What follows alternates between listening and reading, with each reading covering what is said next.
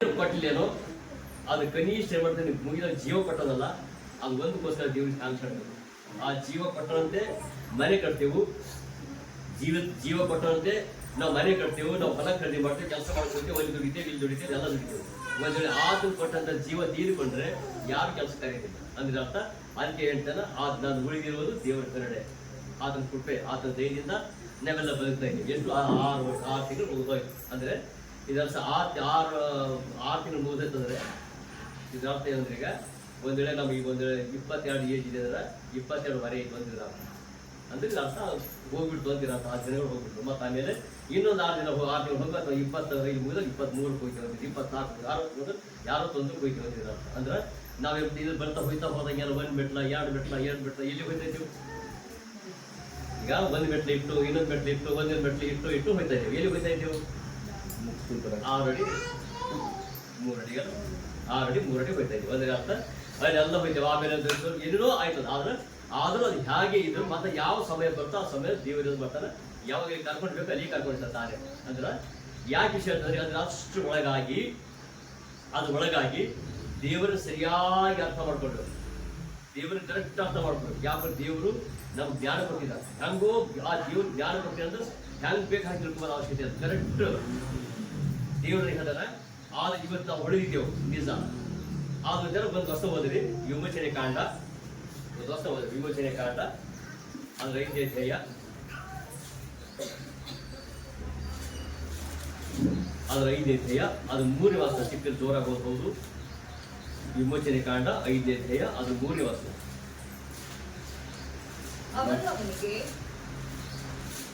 ಅವರು ಅವನಿಗೆ ಇಬ್ರಿಯರ ದೇವರು ನಮ್ಮನ್ನು ಎದುರುಗೊಂಡನು. ಅಪ್ಪಣೆಯಾದರೆ ನಾವು ಅರಣ್ಯದಲ್ಲಿ 3 ದಿವಸ ಪ್ರಯಾಣದಷ್ಟು ದೂರ ಹೋಗಿ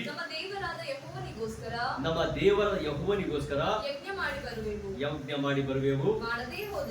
ಮಾಡದೆ ಹೋದರೆ ಆತನು ನಮ್ಮನ್ನು ವ್ಯಾಧಿಯಿಂದಲೋ ಕತ್ತಿಯಿಂದಲೋ ಸಂಹಾರ ಮಾಡಲು ಎಂದು ಹೇಳಿದನು. ಹೇಳ್ತಾನ, ಯಾರು ಹಾಗಿದ್ರಿ ಅಂತ ಈಗ ಏನ್ ಮಾಡಬೇಕು? ಫರೋಹ ಅಂದ್ರೆ ನೀವು ಏನ್ ಮಾಡ್ಬೇಕು ಅಂದ್ರ, ಫರೋಹನು ದೇವರನ್ನ ವಿರುದ್ಧ ಮಾಡುವಂತ ಫರೋಹನ್ ಯಾರು ಹೇಳ್ಬಹುದಂದ್ರೆ ಒಂದು ರೀತಿಯ ಬೈಬಲ್ ಪ್ರಕಾರವಾಗಿ ಆದ್ರೂ ಸೈತಾನ್ ಎಂಬುದಾಗಿ ಹೇಳ್ಬಹುದು.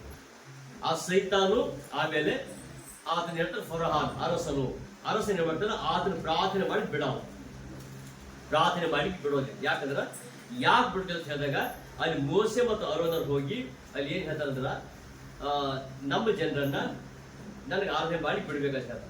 ಯಾರು? ದೇವರನ್ನು ನಾವು ನೋಡಿದೆವು, ದೇವರು ನಾವು ಭೇಟಿ ಮಾಡಿದೆವು, ದೇವರು ನಮ್ಮನ್ನು ಕಂಡುಕೊಂಡಿದ್ದೆವು. ಆತನ ಹೆಂಗಿದ್ದ ಅಂದ್ರ ಆತನ ಎಲ್ಲೆಲ್ಲೋ ಹೆಂತ ಕಡೆ ಎಲ್ಲಿಲ್ಲ ಆ ದೇವರು. ಆತ ದೇವರು ನಮ್ಮ ದೇಹದ ಜೀವ ಇದ್ದ ದೇವರು. ಆತನ ಆಕಾಶ ಭೂಮಿ ಸೂರ್ಯ ಚಂದ್ರ ಎಲ್ಲ ಸೃಷ್ಟಿ ಮಾಡಿದ ದೇವರು. ಆತನ ನೋಡಿದೆವು, ಆತನ ನಾವು ಮುಖಾಮುಖಿ ನೋಡಿದೆವು. ಅದಕ್ಕೋಸ್ಕರವಾಗಿ ನೀವು ಹೋಗಿ ಆ ರಾಜನಿಗೆ ಹೇಳ್ಬೇಕು. ಏನಂತ ಹೇಳ್ಬೇಕು? ನಾವು ನಿಜವಾದ ದೇವರು ನೋಡಿದೆವು, ನಾವು ಸರಿಯಾದ ದೇವರು ಅರ್ಥ ಮಾಡ್ಕೊಂಡಿದ್ದೆವು. ಆತನು ಈ ಆಕಾಶ ಭೂಮಿ ಸೃಷ್ಟಿ ಮಾಡಿದ ದೇವರು, ಆತನ ಆಕಾಶನ ಬೆಳೆಯನ್ನು ಕೊಡುವ ದೇವರು, ಆತನ ಭೂಮಿಯಿಂದ ಮನುಷ್ಯನಿಗೋಸ್ಕರ ಬೆಳೆಯನ್ನು ಕೊಡುವಂತ ದೇವರು, ಆತ ನಮ್ಮ ದೇಹದ ಜೀವಶ್ವಾಸ ಇಟ್ಟ ದೇವರು. ನಾವು ಆ ಇಬ್ರಿಯರ ದೇವರನ್ನು ನೋಡಿದ್ದೇವೆ ಅಂದ್ರ ನಾವು ಆತನ ನೋಡಿದ್ದೇವೆ ಅಂತ. ಹಾಗಾದ್ರೆ ಆತನ ನೋಡಿಯವರು ಆಗಿರೋದ್ರಿಂದ, ನಾವು ಆ ಇಬ್ರಿಯರ ದೇವರ ಆಗಿರೋದ್ರಿಂದ ಈ ಯಾರು ನೋಡಿದಾರೋ ಆ ಜನರೆಲ್ಲ ಐಗುಪ್ತ ದೇಶದಲ್ಲಿರ್ತಾರೆ. ಅಂದ್ರ ಅವ್ರ ಸಂಬಂಧಿಕರೆಲ್ಲ ಐಗುಪ್ತ ದೇಶದಲ್ಲಿರುವಾಗ ಅವ್ರಿಗೆ ಏನ್ ಹೇಳ್ತಾರ, ಹೋಗಿ ಆ ಫರೋಹನಿಗೆ ಹೇಳ್ಬೇಕು. ಏನಂತ ಹೇಳ್ಬೇಕಂದ್ರೆ, ಇಬ್ರಿಯರ ದೇವರಿಗೆ ನಾವು ನೋಡಿದ್ದೇವೆ, ಇಬ್ರಿಯರ ದೇವರನ್ನ ನಾವು ನೋಡಿದ್ದೇವೆ, ಅದಕ್ಕೋಸ್ಕರವಾಗಿ ನಾವು ಆತನ ಆರಾಧನೆ ಮಾಡ್ಲಿಕ್ಕಾಗಿ ನಾವು ಹೋಗ್ಬೇಕಾಗಿದೆ ಅಂತ ಹೇಳ್ತಾರೆ. ಅಂದ್ರೆ ಅಲ್ಲಿ ಹೇಳ್ತಾನೆ, ಏನ್ ಹೇಳ್ತಾನ? ಅಪ್ಪಣೆಯಾದರೆ ಅಂದ್ರೆ ನೀನು ಅಪ್ಪಣೆ ಬೇಕು. ನಾವು ಏನು? ರಾಜನ ಅಪ್ಪಣೆ ಬೇಕು, ಅರಸನ ಅಪ್ಪಣೆ ಏನ್ ಬೇಕು? ಅರಸನ ಅಪ್ಪಣೆಯಾದರೆ, ಅರಸನೇ ನಿನ್ನ ಅಪ್ಪಣೆಯಾದರೆ ನಾವು ಅರಣ್ಯದಲ್ಲಿ 3 ದಿವಸ ಪ್ರಯಾಣದಷ್ಟು ದೂರ ಹೋಗಿ ನಾವು ಆತನಿಗೆ ಆರಾಧಿಸಬೇಕಂತ ಹೇಳ್ತಾನೆ. ಅಂದ್ರ ಯಾವಾಗಲೂ ಬೈಬಲ್ ಓದ್ಬೇಕಂತ ಹೇಳಿದಾಗ ಅದು ತಿಳ್ಕೊಬೇಕಾದ ವಿಷಯಗಳನ್ನ ಏನಾದ್ರು ಗೊತ್ತಾ? ಅಲ್ಲಿ ಹೇಳ್ಬೇಕು, ಅರಣ್ಯದಲ್ಲಿ 3 ಅಪ್ಪಣೆಯಾದರೆ ನಾವು ಅರಣ್ಯದಲ್ಲಿ 3 ದಿನ ಪ್ರಯಾಣದಷ್ಟು. ಅರಣ್ಯ ಅಂದರೆ ಯೇಸು ಕ್ರಿಸ್ತ ನಂಬುವಾಗ ಬರೀ ಸುಖ ಸಿಗೋದಷ್ಟೇ ಅಲ್ಲ. ಯೇಸು ಅಂದ್ರೆ ಅರಣ್ಯದಲ್ಲಿ ಏನ್ ಸಿಗ್ತದೆ ಹೇಳ್ರಿ? ಅರಣ್ಯದಲ್ಲಿ ಅಂಗಡಿ ಇರೋದಿಲ್ಲ, ಅರಣ್ಯದಲ್ಲಿ ನೀರಿರೋದಿಲ್ಲ, ಅರಣ್ಯದಲ್ಲಿ ಸರಿಯಾದ ರಸ್ತೆಗಳಿರೋದಿಲ್ಲ, ಅರಣ್ಯದಲ್ಲಿ ಬೈಕ್ ಹೋಗೋದಿಲ್ಲ, ಅರಣ್ಯದಲ್ಲಿ ಕಾರ್ ಹೋಗುವುದಿಲ್ಲ, ಅಲ್ಲಿ ಯಾವುದೇ ಅಂಗಡಿಗಳು ಇರುವುದಿಲ್ಲ, ಅಲ್ಲಿ ಏನು ಇರೋದಿಲ್ಲ. ಇದರ ಅರ್ಥ ಏನು? ಅರಣ್ಯ. ಇಲ್ಲಿ ಹೇಳ್ತಾನೆ ಅರಣ್ಯದಲ್ಲಿ ನಾವು ಹೋಗಿ ಅರಣ್ಯದಲ್ಲಿ ಹೋಗಿ ನಾವು ಪ್ರಯಾಣ ಮಾಡಿಕೊಂಡು 3 ದಿವಸ ಪ್ರಯಾಣದಷ್ಟು ನಾವು ದೂರ ಹೋಗಿ ನಾವು ಆರಾಧಿಸಲಿಕ್ಕೆ ಹೇಳ್ತಾರೆ. ಹಾಗಾದ್ರೆ ಅರಣ್ಯ ಅಂದ್ರೆ ಏನು? ಅರಣ್ಯ ಅಂದ್ರೆ ನಾವು ಯೇಸು ಕ್ರಿಸ್ತ ನಂಬುವಾಗ, ನೀನು ಪ್ರಾರ್ಥನೆ ಮಾಡುವಾಗ, ನೀನು ಚರ್ಚಿಗೆ ಬರುವಾಗ, ನೀನು ಬೈಬಲ್ ಓದುವಾಗ, ನೀನು ಪ್ರಾರ್ಥನೆ ಮಾಡುವಾಗ ಅಲ್ಲಿ ಏನ್ ಮಾಡ್ತಾರೆ? ಸಮಸ್ಯೆ ಉಂಟಾಯ್ತಾವ.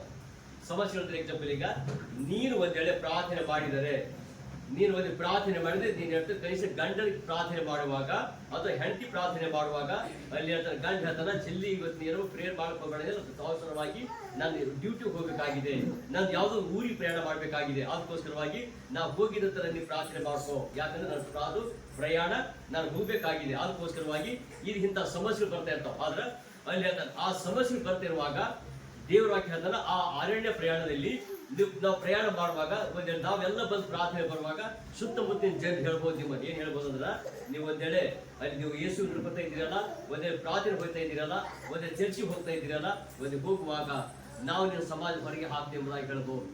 ಅಥವಾ ಏನ್ ಹೇಳ್ಬೋದು? ಇದು ಅರಣ್ಯ ಯಾಕಂದ್ರೆ ಒಂದೇ ಸಮಾಜ ಹೊರಗೆ ಹಾಕ್ತೇವೆ ಅಂತ ಹೇಳ್ಬೋದು. ಹೇಳ್ಬೋದು ನಮ್ಮ ದೇವರ ಆರಾಧನೆ ಮಾಡಿಸ್ಬಿಟ್ಟು ನೀವು ಯೇಸು ಹಂಗೆ ಆರಾಧನೆ ಮಾಡ್ತೀವಿ ಎಂಬುದಾಗಿ ಹೇಳ್ಬೋದು. ಇಂಥ ವಿಷಯಗಳು ಬಂದಾಗ ಎಷ್ಟೋ ಸರಿ ನಾವೇನ್ ಮಾಡ್ತೀವಿ? ಕದ್ದು ಬರ್ತೀವಿ ಪ್ರೇಯರ್. ಯಾಕೆ ಭಯ? ಈಗ ಪ್ರಾರ್ಥನೆ ಮಾಡ್ತೀವಿ ನಿಜ, ಆ ಪ್ರಾರ್ಥನೆ ಮಾಡುವಾಗ ಆ ಕಳುವಲಿ ಬರ್ಬೇಕಂದ್ರೆ ಕಾರಣ ಏನಿರ್ಬೋದು? ಆದ್ರೆ ನಾನು ಬಂದೆ ಕಳುವಲಿ ಬಂದ್ಬಿಟ್ಟೆ ಅಂತ ಹೇಳ್ತಾರೆ. ಅಂದ್ರೆ ಇದರ ಅರ್ಥ ಕಳುವಲಿ ಬರ್ಬೇಕಾದರೂ ಇಲ್ಲಿ ಹೇಳ್ತಾರೆ ಈ ಅರಣ್ಯ ಪ್ರಯಾಣದಲ್ಲಿ ಕಳುವಲಿಂದಾಗ್ಲಿ ಸುಂದರನಾಗ್ಲಿ ಏನೋ ಮಾಡ್ಕೊಂಡು ಏನೋ ಬೈಬಲ್ ಮುಚ್ಚಿಟ್ಕೊಂಡು ಹಾಗೆ ಮುಚ್ಚಿಟ್ಕೊಂಡು ಅದ್ರ ಅರ್ಥ ಸರಿ ಮಾಡಲ್ಲ. ಈಗ ಆ ಪುಣೆ ಮಟ್ಟ ಸುಟ್ಟು ಕೂಡ ದಶದ ಬಿಟ್ಬಿಡ್ತಾರೆ ಅಂಗಡಿ ಮುಂದೆ. ಅಂದ್ರೆ ಅವ್ರು ಏನ್ ಚಿಂತೆ ನಾವು ಹೇಳ್ತಾರೆ ಡೈರೆಕ್ಟ್ ಕೊಡ್ದಾಗ ಹೇಳ್ಬಿಡ್ತಾರೆ. ಆದ್ರೆ ಇಲ್ಲಿ ನಾವು ಪ್ರಾರ್ಥನೆ ಬರುವಾಗ ಇಲ್ಲಿ ಪ್ರಾರ್ಥನೆ ಬಂದು ಒಳ್ಳೆ ಉಪದೇಶಗಳನ್ನ ಒಳ್ಳೆ ದೇವ್ರ ವಾಕ್ಯ ಧ್ಯಾನ ಮಾಡ್ತಿರುವಾಗ ನಾವೇನ್ ಮಾಡ್ತೇವೆ ಅಂದ್ರೆ ಅಲ್ಲಿ ಬಂದಾಗ ನಾವು ಕಳುವಲಿ ಬರ್ತೇವೆ. ಸರ ಅಂಗಡಿಗೆ ಹೋಗ್ಬೇಕಂದ್ರೆ ಕಳುವಲಿ ಹೋಗ್ತೇವ. ಯಾಕಂದ್ರೆ ಒಬ್ಬ ಸಿಗರೇಟ್ ಸೇರ್ತಾ ಇತ್ತು, ನಾನು ಅವ್ನಿಗೆ ಕೇಳಿದೆ, ಅಲ್ಲಪ್ಪ ಇಂತ ಸಣ್ಣ ಸಿಗರೇಟ್ ಸೇರ್ತೀಯಲ್ಲ, ಲಸನ್ ತಗೊಂಡಿಯಾ? ಲಸನ್ ಇತ್ತಲ್ಲ, ಈಗ ಬೈಕ್ ಓಡಿಸ್ಬೇಕು ಲಸನ್ಸ್ ಬೇಕು, ಕಾರ್ ಓಡಿಸ್ಬೇಕು ಲಸನ್ಸ್ ಬೇಕು, ಅದನ್ನ ಲಸನ್ಸ್ ತಗೊಂಡ್ಯಾ ಅಂತ. ಅಲ್ಲ ಸರ್, ಲಸನ್ಸ್ ಅಂದ್ರೆ ಏನು ಅಂದ್ರೆ, ಅಲ್ಲಪ್ಪ ಅನುಮತಿ ಬೇಕಲ್ಲ ಅಂದ್ರ ಏನು ಅನುಮತಿ? ನಿಮ್ಮ ತಂದೆ ಪರ್ಮಿಷನ್ ತಗೊಂಡ್ಯಾ ಅಂದ್ರ ಏನ್ ಮಾಡ್ತಾರೆ? ಅಲ್ಲಿ ಯಾವ ಪರ್ಮಿಷನ್ ತಗೊಂಡಿಲ್ಲಲ್ಲ, ಆ ಪರ್ಮಿಷನ್ ತಗೊಂಡಿಲ್ಲ ಅಂದ್ರ ಅಲ್ಲಿ ಅಲ್ಲಿ ಇಲ್ಲಿ ಹೋಗಿ ಸಿಗರೇಟ್ ಸೇಲ್ ಇಸ್ಪೋಟಾಡೋದು ಆಗ್ತಾ ಇರ್ತಾರೆ. ಅದ್ರ ಅರ್ಥ ಲಸೆನ್ಸ್ ತಗೊಂಡು ಅಂತಿರ ಅರ್ಥ. ಈ ಲಸೆನ್ಸ್ ತಗೊಂಡು ಮನುಷ್ಯ ಮಾಡ್ತಾರೆ ಪೂರ್ತಿ ಭಯಂಕ ಕಾರ್ ಓಡಿಸ್ತಾರೆ. ಅಂದ್ರ ಆ ಏನ್ ಮಾಡ್ತಾರೆ ಫುಲ್ ನಶೆದ ಬಿದ್ದ ಮನುಷ್ಯನು ಅವ್ರ ಲಸೆನ್ಸ್ ತಗೊಂಡು ಅಂತಿರ ಅರ್ಥ. ಅವ್ರ ಅಂತ ಮಾಡ್ತಾರೆ ಎಲ್ಲಿ ಬೇಕಾದ್ರೆ ಕುಡಿತಾರೆ, ನೋಡಿಕೊಂಡು ಅಲ್ಲಿ ಬಿದ್ದು ಬಿಡ್ತಾರೆ. ಅಂದ್ರ ಈಗ ಅವ್ರಿಗೆ ಬೀಳಕ್ ನಾಚಿಕೆ ಇಲ್ಲ, ಅವ್ರಿಗೆ ಬೀಳಕ್ ಏನೋ ಅವ್ರಿಗೆ ಮರ್ಯಾದೆ ಹೋಗೋದಿಲ್ಲ, ಅಲ್ಲಿ ಬೀಳಕ್ ಹ್ಯಾಂಗ್ ಬಿಡ್ಬೇಕಪ್ಪ ಅಂತ ಯೋಚನೆ ಮಾಡೋದಿಲ್ಲ, ಅದಷ್ಟು ಬಹಿರಂಗವಾಗಿ ಬೀಳ್ತಾರವ.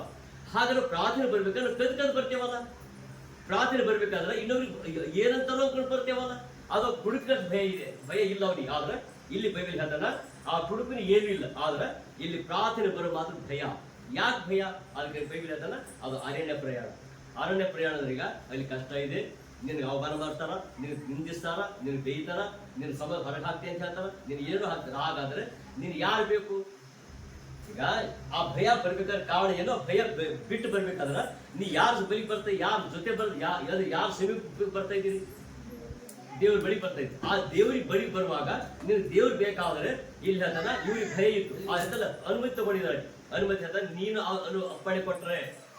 ಅಪ್ಪಣೆ ಕೊಟ್ರೆ ನಾವು ಇಬ್ರಿಯ ದೇವ್ರಿಗೆ ಹೋಗಿ ನಾವು 3 ದಿವಸ ಪ್ರಯಾಣ ಮಾಡಿಕೊಂಡು 3 ದಿವಸ ಪ್ರಯಾಣ ಮಾಡುವಷ್ಟು ದೂರ ಹೋಗಿ ನಮ್ಮ ದೇವರಿಗೆ ಹೋಗಲಿಕ್ಕೋಸ್ಕರ ಯಜ್ಞ ಮಾಡಿ ಬರಬೇಕು.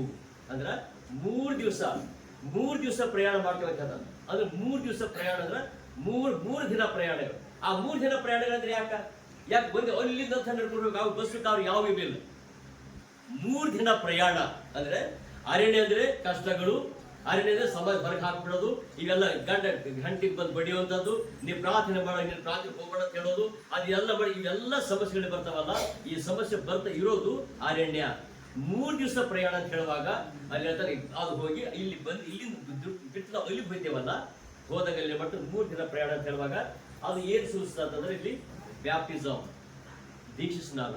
ಅದೇಂತರ ಅಲ್ಲಿ ಪರಿಶುದ್ಧನಾಗಬೇಕು. ನೀವು ಆ ಪರಿಶುದ್ಧನಾಗಿ ಅಲ್ಲಿ ಹೋಗಿ ನೀವು ದೇವರಿಗೆ ಆರಿಸಬೇಕು ಅಂತ ಹೇಳ್ತಾರೆ. ಅಂದ್ರ ಇಲ್ಲಿ ಏನ್ ಮಾಡ್ಬೇಕು? 3 ದಿವಸ ಪ್ರಯಾಣದಷ್ಟು ಹೋಗಿ ನಾವು ನಾವು ಯೋಗನಿಗೋಸ್ಕರ ಯಜ್ಞ ಮಾಡಿ ಬರಬೇಕು.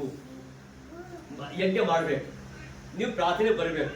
ಈ ಪ್ರಾರ್ಥನೆ ಬರ್ಲಿಲ್ಲ ಅಂದ್ರ ಆದ್ರ ಅಪ್ಪಣೆ ಕೂಡ ಯಾರು ಆ ಸಹಿತ ನಿಮ್ಮನ್ನ ಅಪ್ಪಣೆ ಕೊಡವು, ಆ ಸಮಾಜ ನಿನ್ಗೆ ಅಪ್ಪಣೆ ಕೊಡವು, ನಿನ್ನ ಫ್ಯಾಮಿಲಿ ನಿನ್ಗೆ ಅಪ್ಪಣೆ ಕೊಡವು. ಆದರೆ ಈ ಬೈಬಲ್ ಹೇಳ್ತಾನೆ ಅಪ್ಪಣೆ ಕೊಡದೆ ಹೋದರೆ, ಅಪ್ಪಣೆ ಕೊಡದೆ ಹೋದರೆ, ಒಂದ್ ವೇಳೆ ನೀವು ಪ್ರಾರ್ಥನೆ ಬರದೆ ಹೋದರೆ, ಒಂದ್ ಹೇಳ್ತಾನ ಒಂದು ಯಜ್ಞ ಅಂದ್ರೆ ಪ್ರಾರ್ಥನೆ, ನಿನ್ನ ಆಲಯಕ್ಕೆ ಬರದೆ ಹೋದರೆ, ನೀನು ಪ್ರಾರ್ಥನೆ ಮಾಡದೆ ಹೋದರೆ ಅದೇನ್ ಹೇಳಿ ಗೊತ್ತಾ?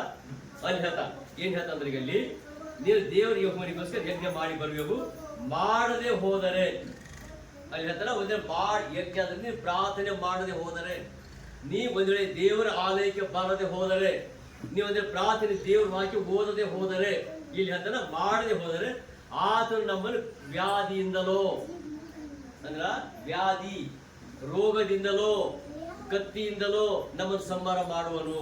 ಇಲ್ಲಿ ಹೇಳ್ತಾನ ಪ್ರಾರ್ಥನೆ ಬರ್ಬೇಕು. ಹಾಗಾಗಿ ಹೇಳ್ತಾನ ಆ ಪ್ರಾರ್ಥನೆ ಬರ್ಬೇಕಾದ್ರೆ ಎಷ್ಟು ಬಹಳ ಪ್ರೀತಿ ತೋರಿಸ್ತಾನೆ ನಿಮ್ಮ ಯಾರು ಸಹಿತ ಹೆಂಗ್ ಪ್ರೀತಿ ತೋರಿಸ್ತಾ ಅಂತ ಹೇಳುವಾಗ ಎಷ್ಟು ಪ್ರೀತಿ ಅಂದ್ರೆ ನಿಮ್ಗೆ ಗೊತ್ತಾ? ಆ ಪ್ರೇರಿ ಬಂದ್ರ ಎಷ್ಟು ಪ್ರೀತಿ ಮಾಡ್ತಾ ಏನು ಸಿಟ್ಟು ಬರ್ತಾ ಆತನಿಗೆ ಅಂದ್ರೆ ನೀವು ಪ್ರೇರಿ ಬರ್ಬಾರ್ದು. ನೀವು ಫಿಲಿಂ ಥಿಯೇಟರ್ ಹೋಗಿ ನಡೀತದ, ಸರಿ ಅಂಗಡಿ ಹೋಗಿ ನಡೀತದ, ನೀವು ಹೋಗಿ ಕೈಸೋ ನೀವು ರೆಸ್ಟ್ ಇವತ್ತು ಸಂಡೇ ಹೋಗಿ ಆರಾಮ ನಡೀತದ, ಹಂಗೆ ನಡೀತದ. ಆದರೆ ನೀ ಯಾವಾಗ ನೀನು ಪ್ರೇರಿ ಬರ್ತೀಯಲ್ಲ, ಪ್ರೇರಿ ಬಂದು ಯಾರಿಗೆ ಭಾಳ ಸಿಟ್ಟು ಅಂದ್ರೆ ನಿಮ್ಗೆ ಎಲ್ಲಕ್ಕಿಂತ ಹೆಚ್ಚಿಗೆ ಸಿಟ್ಟು ಯಾರಿಗೆ ಸಿಟ್ಟು ಬರ್ತದೆ ಹೇಳ್ರಿ? ನೀವು ಪ್ರೇರಿಗೆ ಬಂದಿರಷ್ಟೇ, ಪ್ರೇರಿಗೆ ಬಂದಿರ ಸಿಟ್ಟು ಬರ್ತದೆ. ಯಾರಿಗೆ ಬರ್ತದ?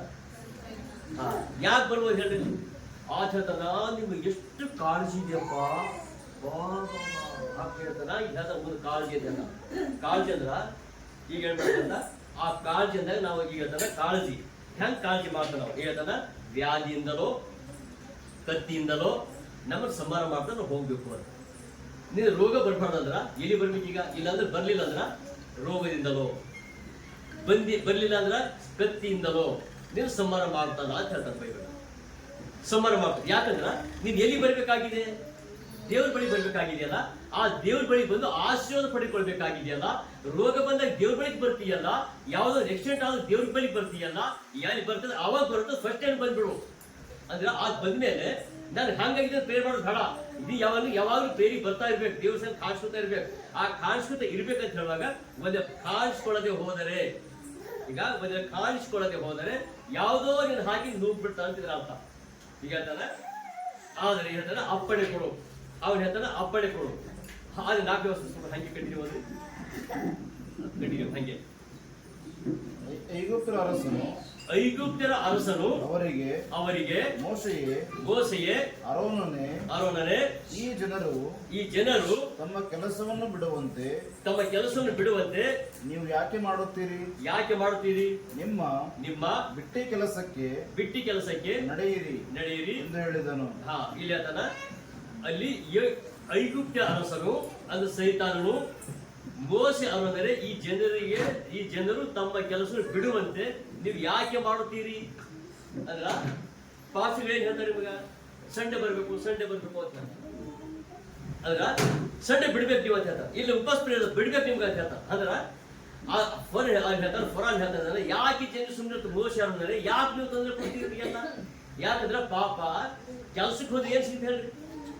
ಕೆಲ್ಸಕ್ಕೆ ಹೋದ್ರೆ ದುಡ್ಡು ಸಿಗ್ತು, ಕೆಲ್ಸಕ್ಕೆ ಕೂಲಿ ಸಿಗ್ತು. ಅವ್ನು ಎಷ್ಟು ಕಾಳಜಿ ವಹಿಸ್ತಾನ. ಏನ್ ಹೇಳ್ತಂದ್ರೆ ಅವ್ನು ಹೇಳ್ತಾನ ಯಾಕೆ ನೀವು ತೊಂದರೆ ಕೊಡ್ತೀರಿ ಪಾಪ ಅವ್ರಿಗೆ ತೊಂದರೆ ಕೊಡ್ತೀರಿ. ಹ್ಯಾಂಗ್ ಕೊಡ್ತೀರಿ ಗೊತ್ತಾ?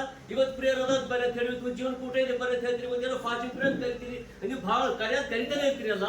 ಪಾಪ ಅವ್ರಿಗೆ ಇಲ್ಲ ಒಂದು ಏನೋ ಕಟ್ಟೋದಿರ್ತು, ಸಂಘದ ಕಟ್ಟೋದಿರ್ತು, ಯಾವ್ದೋ ಇವತ್ತು ಮನೆ ರ್ಯಾಷನ್ ಇರೋದಿಲ್ಲ, ಇವತ್ತು ಏನೋ ಬೇಕೋ ಏನೋ ಕಟ್ಟೋದಿರ್ತು. ಅದಕ್ಕೋಸ್ಕರ ಅವ್ರು ಹೇಳ್ತಾರೆ ನೀನ್ ಕಟ್ಟಿಲ್ಲ ಅಂದ್ರೆ ನಿನ್ ಕೆಲಸ ಇಲ್ಲ ಅಂದ್ರೆ ದುಡ್ಡು ಬೇಕಲ್ಲ. ಆ ದುಡ್ಡು ಬೇಕಾದ್ರೆ ಮಾಡ್ಕೊಂತ ಪಾಪ ಅವ್ರು ದುಡ್ಕೊಂತಿಲ್ಲ ಪಾಪ ಬಿಟ್ಕೊಡ್ರಿ ಅವ್ರಿಗೆ ಅಂದ್ರ ಇದ್ರ ಅರ್ಥ ಈ ಬಿಟ್ಕೊಡ್ರಿ ಅಂತ ಹೇಳುವಾಗ ನೀವು ಯಾರ ಬಳಿ ಬರ್ತಾ ಇದ್ದೀರಿ? ಆ ದೇವ್ರ ಬಳಿ ಬರ್ತಾ ಇದ್ದೀರಿ. ಎಲ್ಲಿ ಇಬ್ರಿಯರ್ ದೇವ್ರ ಬಳಿ ಬಂದಾಗ ಬರ್ಲಿಲ್ಲ ಅಂದ್ರ ಇವ್ರ ಹೇಳ್ತಾರೆ ಕತ್ತಿಯಿಂದಲೋ ಕಾಯಿಲೆಯಿಂದ ಸಂಹಾರ ಮಾಡ್ತಾರ. ಬರ್ಲಿಲ್ಲ ಅಂದ್ರೆ ಬಹಳ ಸುಖವಾಗಿ ಬರುತ್ತೆ ಅಂತ ಹೇಳ್ತಾರೆ. ಹಾಗಾದ್ರೆ ನಾವ್ ಅಂತೇವ್ ಸುಖವಾಗಿ ಬದುಕ್ತಾ ಇದ್ದೇವು. ಹೆಂಗ ಇವತ್ತು ಪ್ರೇರಿ ಬಂದಿಲ್ಲ ನಿಜ, ಇವತ್ತೇನೋ ಪ್ರಾರ್ಥನೆ ತಪ್ಪಿಸ್ಕೊಂಡ್ಬಿಟ್ಟು ಅಡ್ಡಿಯನ್ನು ಏನೋ ನೀವು ಮಾಡ್ಕೊಂಡು ಏನೋ ಒಂದು 50 ರೂಪಾಯಿ ಸಿಕ್ತು, 200 ರೂಪಾಯಿ ಸಿಕ್ತು, ಕೂಲಿ ಸಿಕ್ತು. ಹಾಗಾದ್ರೆ ಕೂಲಿ ಸಿಕ್ಕಾಗ ಬಿಟ್ಟಿ ಕೆಲಸ ಅಂದ್ರೆ ಏನು? ಬಿಟ್ಟಿ ಕೆಲಸ ಈಗ ಎಂತ ಬಿಟ್ಟಿ ಕೆಲಸ ನಡೀರಿ ಅಂತ ಹೇಳ್ತಾರೆ. ಹಾಗಾದ್ರೆ ಬಿಟ್ಟಿ ಕೆಲಸ ಅಂದ್ರೆ ಈಗ ಬಿಟ್ಟಿ ಕೆಲಸ ಏನ್ ನೀವು ನಡೆಯಿರಿ ಅಂತ ಹೇಳ್ತಾರೆ. ಬಿಟ್ಟಿ ಕೆಲಸ ಅಂದ್ರೆ ಬಿಟ್ಟಿಯ ಕೆಲಸ ಏನಿರ್ಬೋದು? ಬಿಟ್ಟಿಯ ಕೆಲಸ ಪೇಮೆಂಟ್ ಏನದು ಫ್ರೀ ಪುಕ್ಕಟೆ ಹೋಗಿ ಪುಕ್ಷಟೆ ಹೇಳ್ತಾರಲ್ಲ, ಅದ್ರ ಬರೀ ಕೆಲಸ ಮಾಡಿ ಕಾಟೆ ಕೂಲಿ ಇರಲ್ಲ. ಅಂದ್ರೆ ಇದ್ರ ಅರ್ಥ ಅವ್ನು ಸೈತಾನ ಹ್ಯಾಂಗ್ ಮಾಡ್ತಾನೆ, ನೀ ಎಷ್ಟು ದುಡಿದ್ರು ನೀವ್ ಮನೆ ಮಂದಿ ಎಲ್ಲ ದುಡಿದ್ರು ಒಳ್ಳೆ ಮನೆ ಕಟ್ಲಕ್ಕಾಗಲ್ಲ. ಅಂದ್ರ ಮನೆ ಮಂದಿ ಎಲ್ಲ ಪೇಮೆಂಟ್ ತಂದ್ರು ಒಂದ್ ಒಳ್ಳೆ ಒಳ್ಳೇದು ಯಾವ್ದು ವಸ್ತು ಖರೀದಿ ಮಾಡಕ್ ಆಗಲ್ಲ. ಮನೆ ಮಂದಿ ಎಲ್ಲ ದುಡಿತಾ ಇದ್ದೇವು, ಮನೆ ಮಂದಿ ಎಲ್ಲ ಕೆಲಸ ಮಾಡ್ತಾ ಇದ್ದೇವು. ಅದು ಸಹಿತ ಹೇಳ್ತಾರೆ ಅಷ್ಟು ಕಾಳಜಿ ವಹಿಸ್ತಾರೆ. ಹೆಂಗ್ ಹೇಳ್ತಾರೆ, ಪಾಪ ಅವ್ರಿಗೆ ಕೆಲಸ ಬಿಟ್ಕೊಡು, ಅವ್ರಿಗೆ ಬಿಟ್ಕೊಡು. ಅಂದ್ರ ಇದ್ರ ಅರ್ಥ ಏನು, ಅಲ್ಲಿ ಹೇಳ್ತಾರೆ ಬಿಟ್ಟಿ ಕೆಲಸ ಅಂದ್ರೆ ಏನು, ಮನೆ ಮಂದಿ ಎಲ್ಲ ದುಡಿದ್ರು ಮತ್ತ ಸಾಲಗಳೇ, ಮನೆ ಮಂದಿ ಎಲ್ಲ ದುಡಿದ್ರು ಒಂದ್ ಮನೆ ಹಾಕ್ಲಿಕ್ಕೆ ಆಗೋದಿಲ್ಲ. ಮನೆ ಮಂದಿ ಎಲ್ಲ ಕೆಲಸ ಮಾಡಿದ್ರು ಒಂದ್ ಯಾವುದೇ ವಸ್ತು ಖರೀದಿ ಮಾಡ್ಲಿಕ್ಕೆ ಆಗೋದಿಲ್ಲ. ಅಂದ್ರೆ ಇದ್ರ ಅರ್ಥ ಅಲ್ಲಿ ಬಿಟ್ಟಿ ಕೆಲಸ ಹಾಕಿದ್ರ ಅರ್ಥ. ಆ ಬಿಟ್ಟಿ ಕೆಲಸ ಹೇಳ್ತಾನ, ಬಿಟ್ಟಿ ಕೆಲಸ ಎಷ್ಟು ದುಡಿದ್ರು ಏನಿಲ್ಲ. ಮತ್ತೆ ಇಷ್ಟೆಲ್ಲ ದುಡಿದೆವು, ಎಲ್ಲ ವಾರ ಎಲ್ಲ ಪೂರ್ತಿ ಸೋಮವಾರ ಹಿಡ್ಕೊಂಡು ಸಂಡೇ ಕೆಲಸ ಮಾಡಿದೆವು. ಇಷ್ಟೆಲ್ಲ ಮಾಡಿದ್ರು ಒಂದು ಮನೆ ಕಟ್ಲಿಕ್ಕೆ ಆಗಿಲ್ಲ. ಇಷ್ಟೆಲ್ಲ ಮಾಡಿದ್ರು ಒಂದು ಒಳ್ಳೆ ಬಟ್ಟೆ ಹಾಕ್ಲಿಕ್ಕೆ ಆಗಿಲ್ಲ. ಇಷ್ಟೆಲ್ಲ ಮಾಡಿದ್ರು ಒಳ್ಳೆ ಊಟ ಮಾಡ್ಲಿಕ್ಕೆ ಆಗಿಲ್ಲ. ಇಷ್ಟೆಲ್ಲ ಮಾಡಿದ್ರು ಅಂದ್ರೆ ಅರ್ಥ ಕೆಲಸ ಮಾಡ್ತಾ ಇದ್ರಿ ನಿಜ, ಏನ ಪೇಮೆಂಟ್ ಇಲ್ಲ. ಅಂದ್ರ ಆಶೀರ್ವಾದ ಇಲ್ಲದ ಕೂಲಿ, ಆಶೀರ್ವಾದ ಇಲ್ಲದಿದ್ರ ಅರ್ಥ.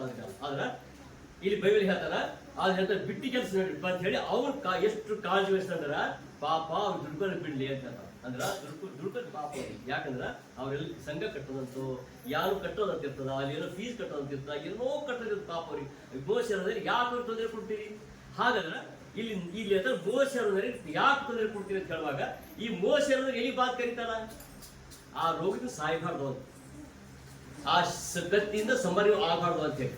ಅಂದ್ರೆ ಬಿಟ್ಟಿ ಕೆಲಸ ಬೇಡ, ನಿಮ್ಗೆ ಆಶೀರ್ವಾದ ಆಗ್ಬೇಕು ಅಂತ ಹೇಳ್ತಾರೆ. ಅಂದ್ರ ನಿಮ್ಗೆ ಆಶೀರ್ವಾದ ಬರ್ಬೇಕು, ನೀವು ಕತ್ತಿಯಿಂದಲೂ ರೋಗದಿಂದ ಸಾಯಬಾರ್ದು, ನೀವ್ ಹೇಳ್ಬೇಕು ನಿಮ್ಮ ಮನೆ ಆಶೀರ್ವಾದವಾಗಿರ್ಬೇಕು ಅಂತ ಹೇಳಿ ಮೋಸೆ ಅನ್ನೋದು ಹಗಲೆಲ್ಲ ಹಗಲಿ ಮನೆ ಕರೀತಾರೆ. ಏನಂತ ಹೇಳ್ತಾರ, ಬರ್ರಿ ಇವತ್ತು ಪ್ರಾರ್ಥನೆ ಬರ್ರಿ, ಇವತ್ತು ದೇವಸ್ಥಾನ ಹೋಗೋರ್ ಬರ್ರಿ, 3 ದಿನ ಪ್ರಯಾಣ ಮಾಡ್ಕೊಂಡು ಹೋಗೋರ್ ಬರ್ರಿ ಅಂದಾಗ ಯೋಚನೆ ಮಾಡಿ. ಈಗ ಅಲ್ಲಿ ಏನ್ ಮಾಡಿ ಗೊತ್ತಾ, ಇಷ್ಟೆಲ್ಲ ಬಂದಾಗ ನೀನು ಕಟ್ಟೋದು ಗೊತ್ತು, ನೀನು ಸಂಘ ಕಟ್ಟಬೇಕು. ಅಲ್ಲಿ ಇಲ್ಲಿ ಹೇಳ್ತಾರೆ, ಏನ್ ಹೇಳ್ತಾರೆ, ಇಲ್ಲಿ ಒಂದು 5ನೇ ಅಧ್ಯಾಯ ಸೇಮ್ 22ನೇ ವರ್ಷ. ಆಗ ಮೋಶೆ ಯೆಹೋವನ ಬಳಿಗೆ ತಿರುಗಿ ಬಂದು ಸ್ವಾಮಿ ಈ ಜನರಿಗೆ ಯಾಕೆ ಕೇಡನ್ನು ಮಾಡಿದಿ? ನನ್ನನ್ನು ಕಳುಹಿಸಿದ್ದು ಯಾಕೆ? ನಾನು ಫರೋಹನ ಬಳಿಗೆ ಹೋಗಿ ನಿನ್ನ ಹೆಸರಿನಲ್ಲಿ ಮಾತಾಡಿದಂದಿನಿಂದ ಅವನು ಈ ಜನರಿಗೆ ಕೇಡನ್ನೇ ಮಾಡುತ್ತಾನಲ್ಲ.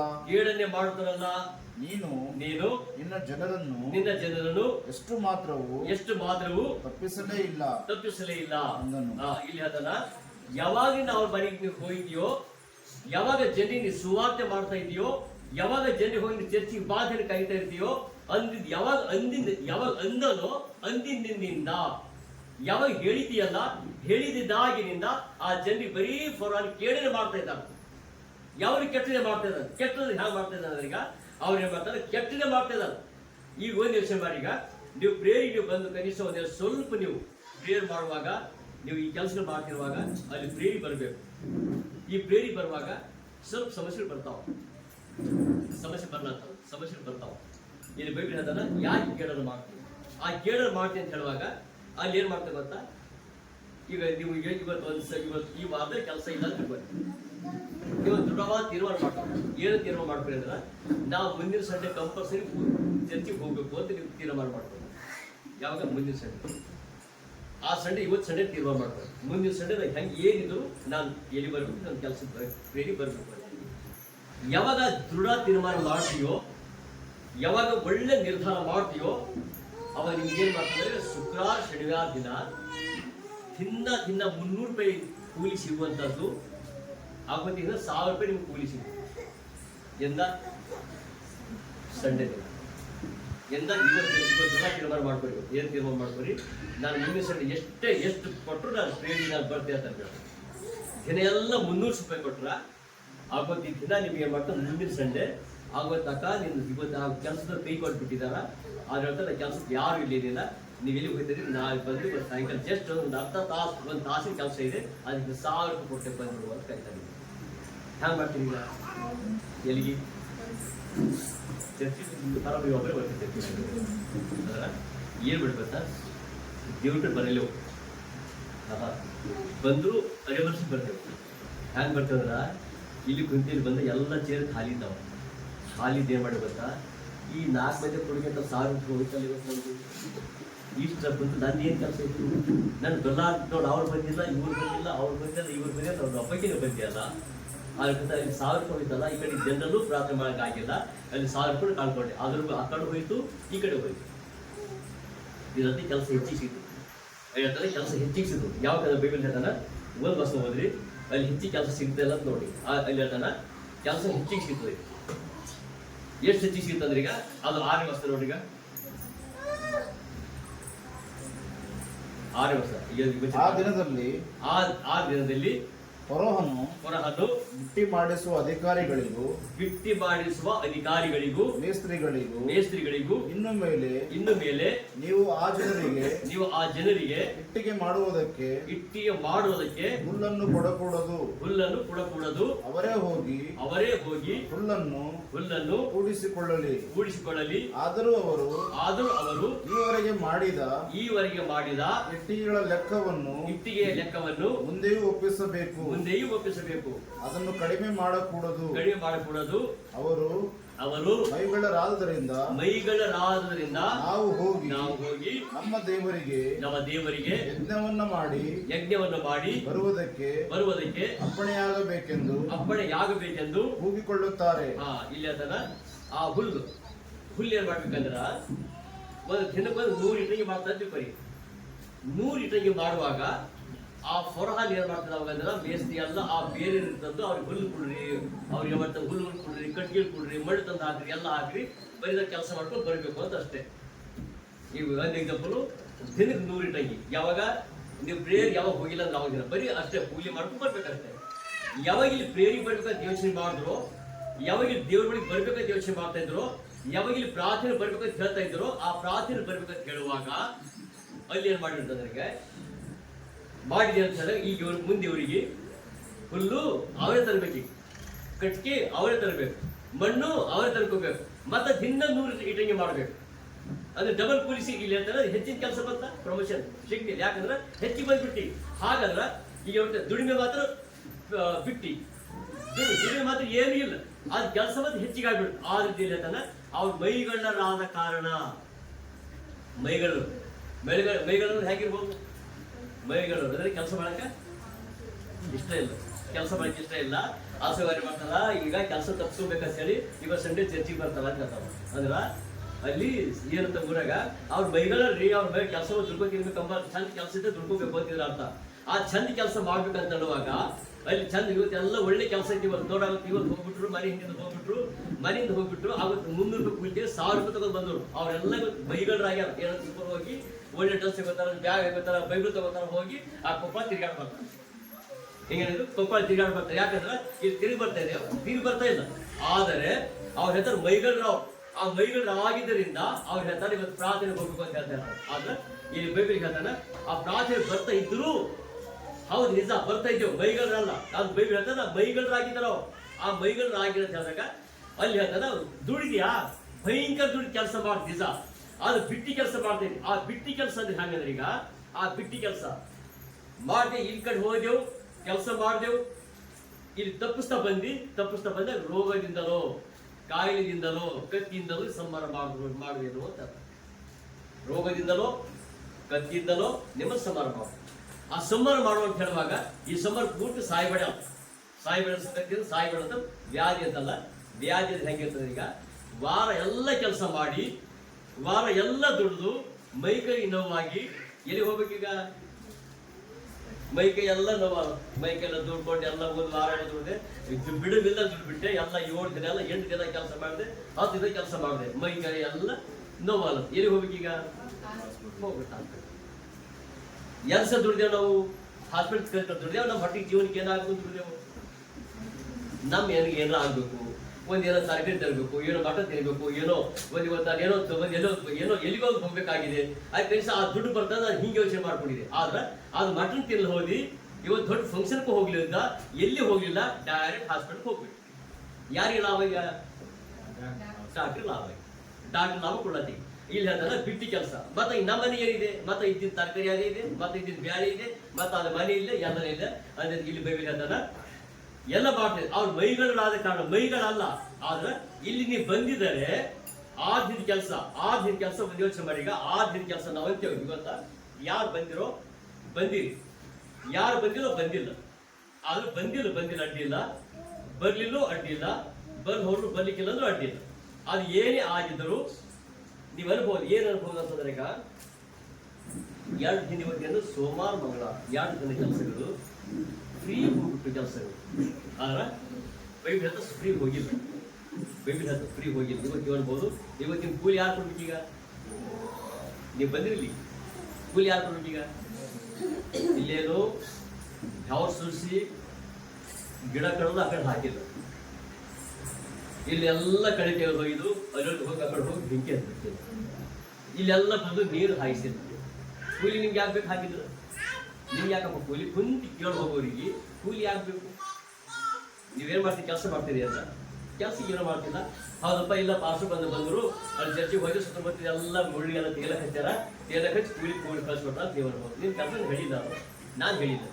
ಆದ್ರೆ ಇಲ್ಲಿ ಬಂದಿರಿ, ನೀವು ಬರೀ ಬಂದು ಒಳ್ಳೆ ಡ್ರೆಸ್ ಉಟ್ಕೊಂಡು ಕುಂತು ಪ್ರಾರ್ಥನೆ ಮಾಡ್ಕೊಂಡು ಹೋಗ್ತೇವೆ, ಇಷ್ಟೇ ನೀವು ಹೋಗೋದು. ಅದು ನಾವೇ ಯೋಚನೆ ಮಾಡ್ತೀವಿ, ನಾನು ಕೂಲಿ ಇಲ್ಲ ಅಂತ ಯೋಚನೆ ಮಾಡಿ. ಕೂಲಿ ಇಲ್ಲ, ಅದು ಕೂಲಿ ಇಲ್ಲ ಅಂತಲ್ಲ. ಆದ್ರೆ ಒಂದು ವರ್ಷದಲ್ಲಿ ಅದೇ ವಿಮರ್ಶನೆ ಕಾರಣ 14 ಬಂದ್ಬಿಟ್ಟು ನೀನು ಕೂಲಿ ಆದ್ರೆ ಇಲ್ಲ, ಕೂಲಿ ಅದನ್ನ ಇಲ್ಲ. 16:28 ನೋಡ್ಕೊಂಡು.